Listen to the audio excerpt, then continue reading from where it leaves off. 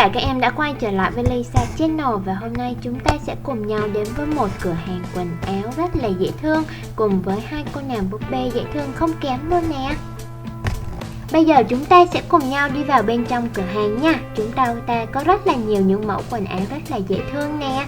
Và bây giờ thì chị sẽ cho một bạn làm nhân viên bán hàng và bạn còn lại tóc hồng thì sẽ là khách mua hàng nhé. Chị sẽ cho khách hàng thử hết những cái đầm trong shop luôn nha. Đây là một cái đầm liền có phần trên váy được làm giả jean nè, kết hợp với phần trên là phần áo thun, có hình trái tim nè, rất là dễ thương đúng không nè. Và chúng ta cũng có một bộ đồ khác, đó chính là một bộ đồ liền nè, với phần yếm cũng được làm bằng jean. Và với chiếc đầm vừa rồi thì đây chính là một set đồ cặp dành cho hai bạn với nhau nè, rất là dễ thương đúng không nè. Và bây giờ chị sẽ thử sang bộ tiếp theo nha. Một chiếc đầm có chân váy phần màu hồng rất là dễ thương.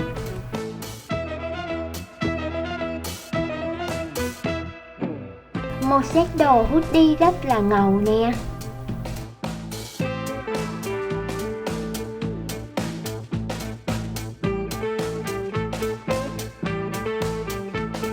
Và một cái đầm trắng ở bên ngoài được khoác nhẹ bằng một chiếc áo màu vàng.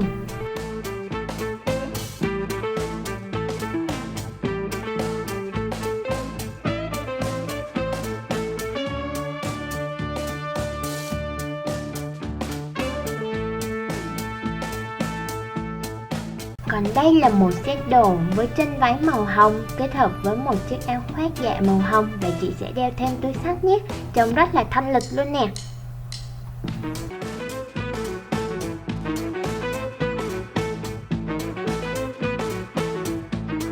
Còn đây là một chiếc đầm xòe to rất phù hợp cho những buổi tiệc nè.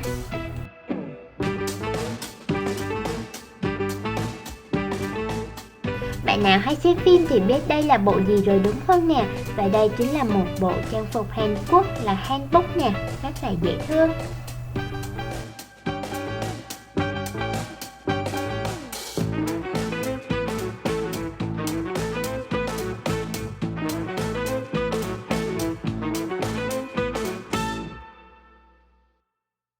Và bộ cuối cùng là một chiếc đầm xòe màu trắng kết hợp với một chiếc áo khoác sơ mi màu cam nè. Và chị sẽ đội thêm cả mũ cho búp bê nữa nha. Và đây sẽ là bộ mà chị sẽ chọn cho khách hàng nha, rất là đẹp và dễ thương đúng không nè. Và bây giờ thì các em hãy xem tiếp video, chị sẽ hướng dẫn cho các em cách làm nha.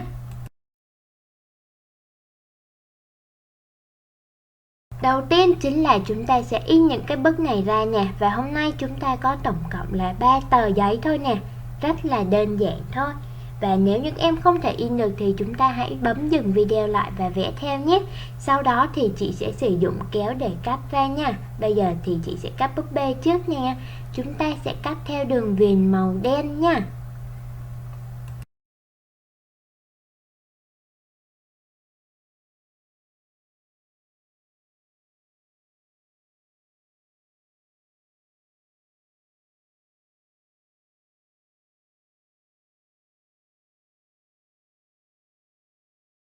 Và cũng làm như vậy đối với những quần áo, chúng ta cũng cắt theo đường viền màu đen nè.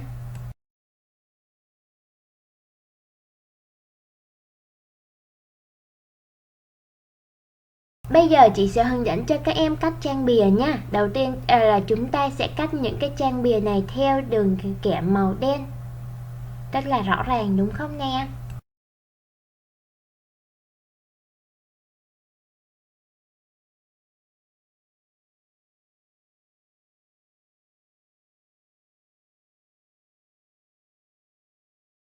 Sau khi đã cắt xong hết rồi và chúng ta đã đem đi ép lát tích rồi nè, bây giờ chúng ta sẽ tiến hành ráp những cái này lại nha. Đầu tiên thì chúng ta sẽ ráp những cái trang bìa trước nè, bằng cách là sử dụng hồ khô nhé, hoặc là hồ dán đều được nè.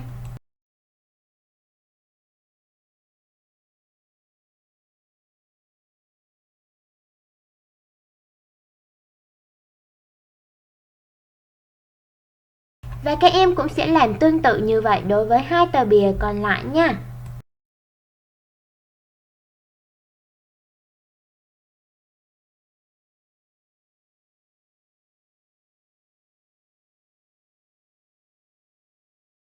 Cuối cùng chúng ta sẽ lấy hai tờ bìa đó và dán lại với nhau, tạo ra một quyển sách bằng cách sử dụng băng keo trong.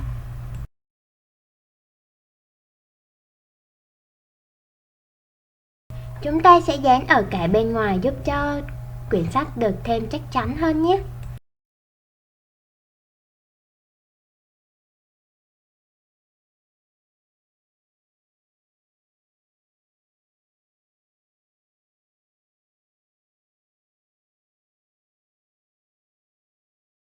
Và với hai cô nàng búp bê thì chúng ta có thể chơi với các bạn của mình cũng được luôn nè. Hai bạn cùng chơi một lúc và chúng ta sẽ gắn những cái đầm này lên trên cây dây quần áo nha.